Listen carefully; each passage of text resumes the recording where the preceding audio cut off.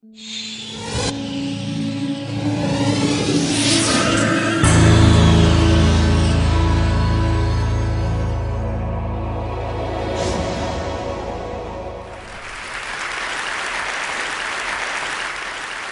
standing in front of you today in all humility, wanting to share with you my journey of the last 6 years in the field of service and education.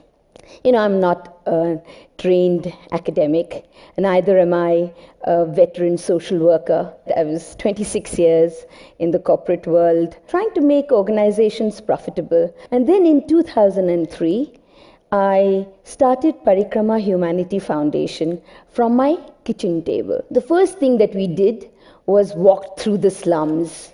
By the way, there are 2 million people in Bangalore who live in 800 slums. We couldn't go to all the slums, but we tried to cover as much as we could. We walked through these slums, identified houses where children would never go to school. We talked to the parents, tried to convince them about sending their children to school. We played with the children and came back home really tired, exhausted, but with images of bright faces, twinkling eyes, and went to sleep.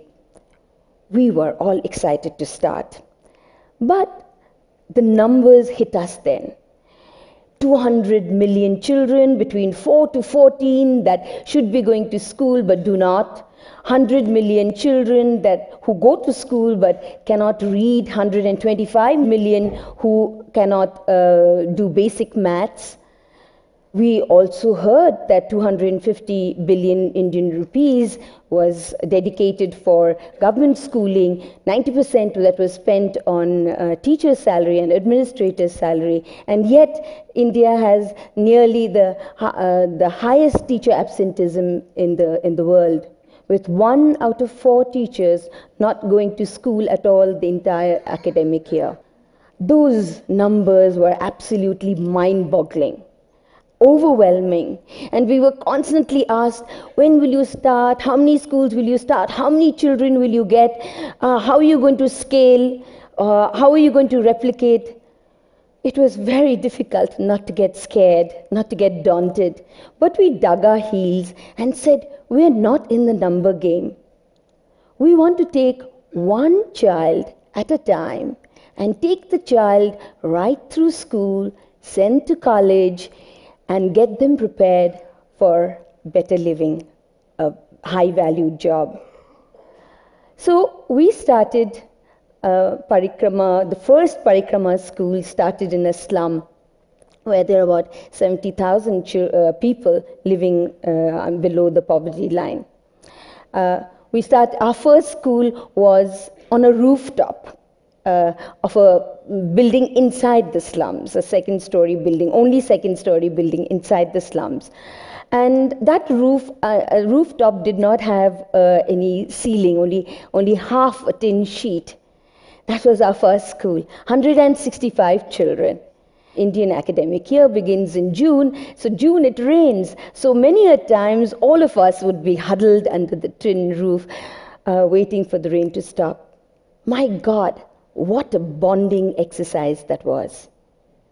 And all of us that were under that roof are still here together today. Then came the second school, the third school, the fourth school, and a junior college.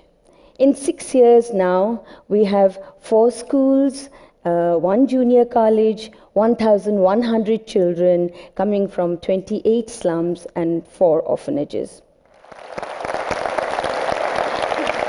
Our dream is very simple, to send each of these kids, get them prepared to live, to be educated, but also to live peacefully, contented in this conflict-ridden, chaotic, globalized world. Now, when you talk global, you have to talk English. And so all our schools are English medium schools. But then there's this myth that children from the slums cannot speak English well. No one in their family spoke in English. No one in their generation spoke in English. But how wrong it is. I like adventurous books, because, and one of my favorites are like Alfred Hitchcock and The Three Investigators, Hardy Boys, and Harry Potter. All those three are like, although they are like in different contexts, one is like magical, the other two are like investigation. I like those books because they have something special in them. The vocabulary used in those books and the way, the style of writing. I mean, like, once I pick up one book, I cannot put it down till I finish the whole book. It's like, even if it takes me like 4.5 hours or 3.5 hours to finish one book, I do it. I did a Google search and I got the information about world's fastest cars. I like Ducati ZZ143 because it is the fastest, it is the world's fastest bike, and I like Pulsar 220 GTSI because it is India's fastest bike. Well, the girl that you saw, her father sells flowers on the roadside. And this little boy has been coming to school for 5 years. But isn't it strange that little boys all over the world love fast bikes?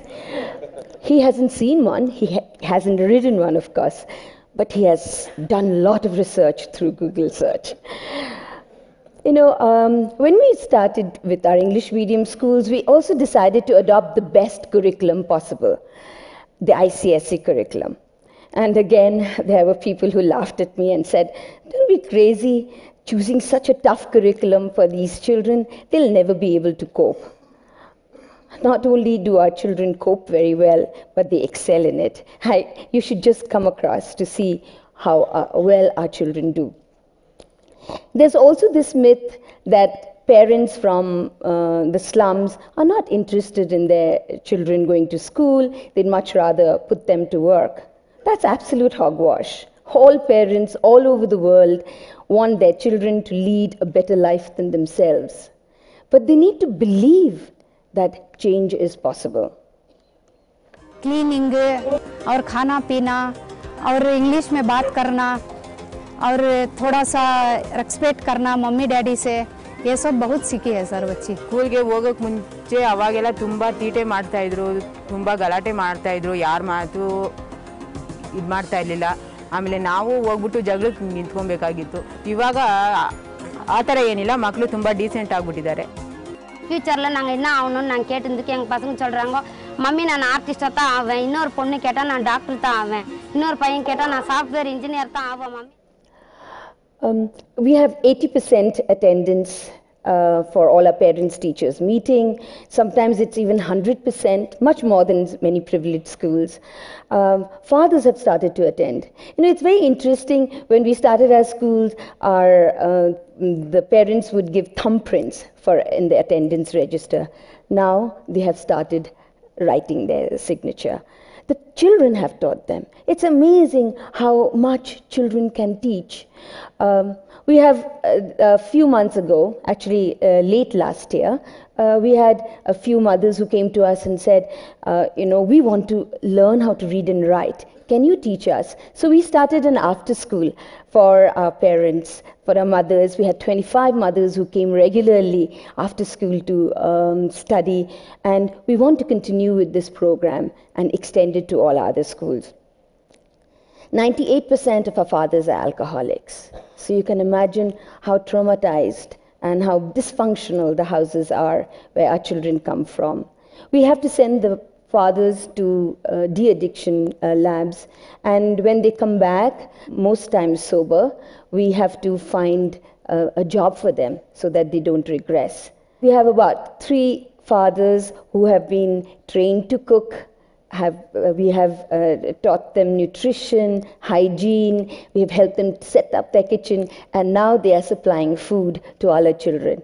They do a very good job because their children are eating their food, but most importantly, this is the first time that they have got respect and they feel that they are doing something worthwhile. More than 90% of our non-teaching staff are all parents and extended families. We've started many programs just to make sure that the child comes to school. Vocational skill program for the older siblings so the younger ones are not stopped from coming to school. There's also this myth that children from the slums cannot integrate with mainstream. Take a look at this little girl who was one of the 28 children from all privileged schools, best schools in the country, that was selected for the Duke University Talent Identification Program and was sent to IIM Ahmedabad. Duke IIMA camp, whenever we say that IIMA, it was such a pride for us to go into that camp itself, and we went there. Everybody were very friendly, especially I got a lot of friends, and I felt that my English has improved a lot going there and chatting with friends and all those. There, we met children who are with a different standard and all those different mindset, a totally different society, and I mingled with almost with everyone. They were very friendly. I had very good friends there who are from Delhi, who are from Mumbai. Even now we are in touch through Facebook. After this Ahmedabad trip, I've been totally different, mingling with people and all those. Before that, I wasn't. I feel I wasn't like this. I don't even mingle. I don't start speaking with someone so quickly. And my accent with English and all those improved a lot. And I learned football, volleyball, frisbee. Lots of games. And I wouldn't want to go to Bangalore. Let me stay here. Such a beautiful food. I enjoyed eating food. It is so beautiful. I enjoyed eating food. Like bearer will come and ask me, "Yes, ma'am, what do you want?" It is so good to hear.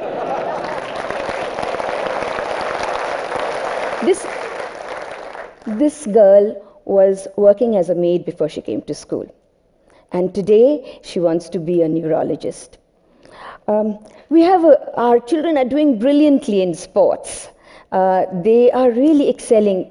There's an inter-school athletic competition that is held every year in Bangalore, where 5,000 children participate from 140 best schools in the city. Our children we've got the best school award for 3 years successively, and our children are coming back home with bag full of medals, but lots of admirers and friends.